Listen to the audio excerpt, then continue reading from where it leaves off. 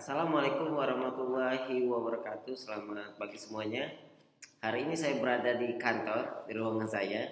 Berhubung mahasiswa masih kuliah di Senin depan masuk. Jadi hari ini memang para dosen masih mempersiapkan materi kuliah dan praktikum untuk perkuliahan normal di minggu depan. Perkenalkan, nama saya Adan Effendi, biasa dipanggil Adan. Saya asli dari Kota Palembang. Dulu saya lulusan S1 dari Universitas Sriwijaya. Saya lulus selama 4 tahun. Saya aktif di organisasi, kemudian saya juga fokus di akademik. Kemudian saya berjuang di tahun 2015 untuk mencari beasiswa. Beberapa beasiswa saya sempat gagal. Kemudian akhirnya saya mendapatkan beasiswa ongoing di Kementerian Pendidikan dan Kebudayaan, dan saat itu saya lulus dari pasca sarjana Universitas Negeri Yogyakarta dengan predikat lulusan tercepat dan lulusan terbaik. Jadi saya dulu kuliah S2 1 tahun, 5 bulan ya yang tercatat di ijazah S2 saya. Kemudian saya sempat mendapatkan beasiswa S3, tapi saya belum bisa berangkat. Tapi semangat dan keinginan saya untuk tetap kuliah akan tetap saya jaga sampai hari ini. Jadi sekarang saya sudah menjadi dosen di Politeknik Negeri Subang. Sekarir saya menjadi seorang dosen atau pendidik, boleh dibilang dosen muda, saya 2 kali belum pernah punya pengalaman sebenarnya menjadi dosen. Di tahun 2017 setelah saya selesai S2, saya sempat mengabdi dan menjadi dosen di Politeknik Dharma Patria Kebumen di Jawa Tengah. Waktu itu saya tinggal di Purworejo di tempat saudara saya yang sama-sama juga menjadi dosen muda di situ, sehingga kami belajar menjadi seorang dosen di situ. Pertama kali mengajar, pertama kali berhadapan dengan para siswa yang kadang-kadang siswa lebih pintar daripada kita, apalagi otomatis kalau basic saya sebenarnya pendidikan teknik, jadi dibanding bukan hanya belajar tentang teknik murni, tentang praktikum, tapi kami juga belajar tentang cara mendidik, sehingga kadang-kadang kami butuh belajar kompetensi lagi, butuh praktek lagi untuk memperdalam pengetahuan dan bidang yang kita ambil sekarang. Saya belajar di itu sekitar 6 bulan sampai 8 bulan ya saya menjadi dosen di situ. Saya banyak belajar dan menuntut belajar menjadi seorang dosen muda. Kemudian saya diterima PNS di tahun 2017 akhir dan mulai masuk kerja di Politeknik Negeri Subang di tahun 2018. Jadi sejak tahun 2018 sampai hari ini tahun 2022, atau boleh dibilang 4 tahun lebih, saya telah mengabdi dan menjadi dosen di Politeknik Negeri Subang. Jurusan saya adalah jurusan teknik mesin, tepatnya di pemeliharaan mesin, D3 pemeliharaan mesin. Dan saat ini Politeknik Negeri Subang juga sedang mengembangkan D4, yaitu D4 teknologi rekayasa manufaktur. Itu untuk jurusan saya. Di Politeknik Negeri Subang sendiri ada 3 jurusan dan 4 program studi. Yang pertama itu adalah program studi D3 Agroindustri, program studi Sistem Informasi, program studi D3 Keperawatan, dan program studi D3 Pemeliharaan Mesin, yaitu prodi saya. Selama menjadi dosen muda, saya mencari passion saya, apa yang saya sukai, kemudian bidang-bidang yang memang cocok untuk saya. Kemudian saya karena saya hobi menulis dan melakukan penelitian, saya menelurkan beberapa karya pada waktu itu bersama teman-teman saya. Kalau sekarang yang tercatat secara resmi atau ber-ISBN yang diterbitkan di penerbit nasional, saya mempunyai 3 buku. Yang pertama itu buku tentang praktik pompa dan kompresor, itu di Andi Offset. Kemudian buku kedua saya tentang pneumatik dan hidrolik yang diterbitkan di penerbit Publis Yogyakarta. Dan terakhir di tahun 2021 saya bersama tim menerbitkan buku ini tentang dasar-dasar menulis karya tulis ilmiah. Jadi untuk teman-teman atau mahasiswa yang ingin belajar tentang penelitian, tugas akhir, TA dan skripsi bisa membaca buku ini.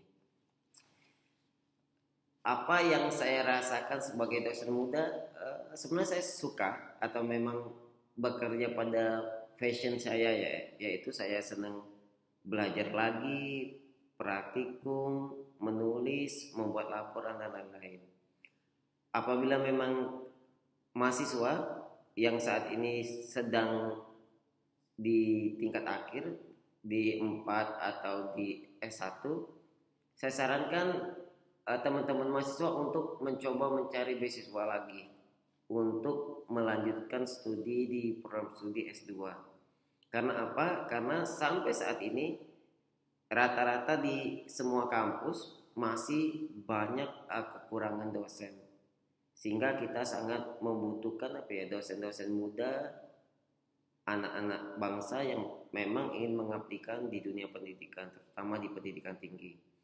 Apa beda guru dan beda dengan dosen? Sebenarnya mereka sama-sama pendidik, hanya berbeda pada sisi jenjangnya saja.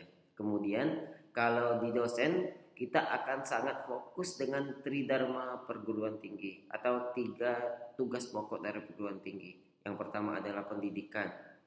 Artinya seorang dosen muda wajib belajar untuk memberikan ilmu atau mengajar di bidang pendidikan, baik materi atau teori ataupun praktikum.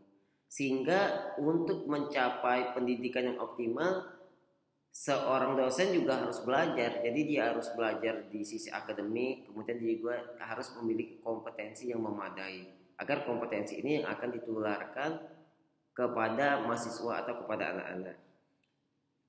Namun secara pribadi saya berpikir dosen itu bukan hanya mentransfer pendidikan atau pengetahuan tadi, tapi dia harus juga fokus ke berbagi pengalaman, memotivasi, kemudian dapat membuat mahasiswanya bermimpi dan menjadi lebih baik lagi.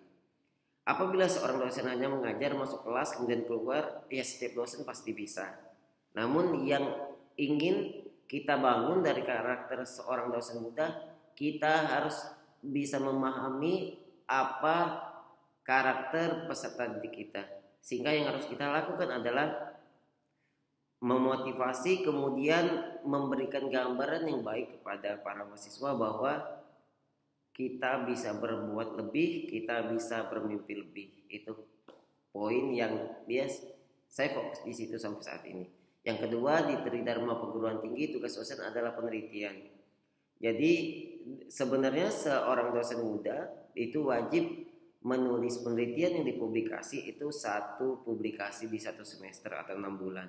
Tapi ada beberapa dosen muda yang produktif, dia aktif untuk menulis lebih daripada itu.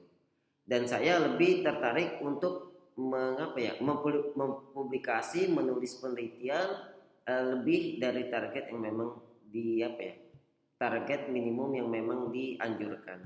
Karena saya merasa apa beda saya dengan dosen lain apabila saya tidak menulis? Apa beda saya dengan profesi lain apabila saya tidak mempublikasi tulisan saya? Apa beda saya dengan dosen lain apabila saya tidak mampu menghasilkan tulisan yang memang bisa dipublikasi di tingkat internasional atau publikasi terindeks yang memang diakui di dunia?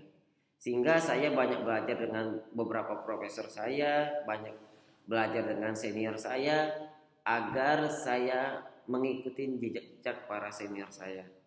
Kemudian penelitian juga jangan hanya terfokus kepada seorang dosen, tapi kepada mahasiswa. Makanya seorang dosen muda memang lebih baik melibatkan juga mahasiswanya. Agar apa? Agar ada namanya kolaborasi, sehingga mahasiswa akan lebih termotivasi untuk menjadi seorang dosen. Saya dulu diajak penelitian pada saat S1 dan S2. Jadi saya pertama kali melihat dosen, saya ingin jadi dosen. Itu awalnya saya tertarik untuk jadi dosen. Dan saya menangkap potret bagaimana dosen saya di Yogyakarta, bagaimana dosen saya waktu di Palembang, sehingga saya ingin melanjutkan tugas mereka dalam mengembangkan bidang pendidikan, terutama di pendidikan vokasi. Tridharma yang ketiga yang akan kita bahas tentang tugas utama dari seorang dosen adalah pengabdian. Jadi seorang dosen tidak hanya berada di kampus, tapi dia akan juga bermanfaat bagi lingkungan dan masyarakat di sekitar kampus. Saya pernah mendengar cerita dari seorang profesor saya pada waktu di Jogja. Dia bilang ketika kampus atau kebermanfaatan kampus itu tertutup atau kampus itu tidak dirasakan kebermanfaatannya oleh masyarakat sekitar, artinya kampus itu hanya mementingkan akademik tanpa dia dapat berkontribusi pada masyarakat sekitar. Sebenarnya ketika ada kampus di sebuah daerah, lingkungan kos-kosan akan aktif, kemudian masyarakat juga akan lebih banyak jual beli juga terlaksana, kemudian ada juga aura atau suasana akademik yang terpancar dari kampus dan sekitar kampus, sehingga ini harus dijaga dan memang harus diterapkan. Dan dosen juga harus melakukan pengabdian kepada masyarakat. Dosen bersama mahasiswa akan melaksanakan pengaplikasian ilmu dan teknologi yang mereka terapkan di sebuah kampus. Kemudian ilmu dan teknologi ini dikembangkan untuk kepentingan masyarakat. Sebagai contoh, apabila di sebuah masyarakat masih mengolah padi, misalnya pemotongan padi masih secara manual, ada jurusan teknik mesin, kemudian ada kampus dan dosen dan mahasiswa membuat alat untuk pemanen padi. Kemudian alat pemanen padi ini dicoba diterapkan di masyarakat, kemudian dapat membantu proses memanen bagi masyarakatnya. Itu namanya pengabdian. Sehingga boleh dibilang kampus dan masyarakat memang harus dekat. Kampus dan mahasiswa dan masyarakat memang harus dekat. Itu yang disebut kolaborasi. Apabila tiga ini tercapai, yakinlah bahwa dunia pendidikan terutama vokasi akan maju. Kemudian juga kita butuh dukungan komitmen dari pemerintah, kemudian dari dunia industri agar sama-sama mengembangkan dunia pendidikan, terutama pendidikan teknik atau pendidikan politeknik, dapat bermanfaat seluas-luasnya, dapat mengembangkan teknologi juga keterbaruan dan teknologi dengan sebaik-baiknya. Mungkin itu awalan dari saya. Saya harap kita semua dalam keadaan sehat walafiat. Terima kasih.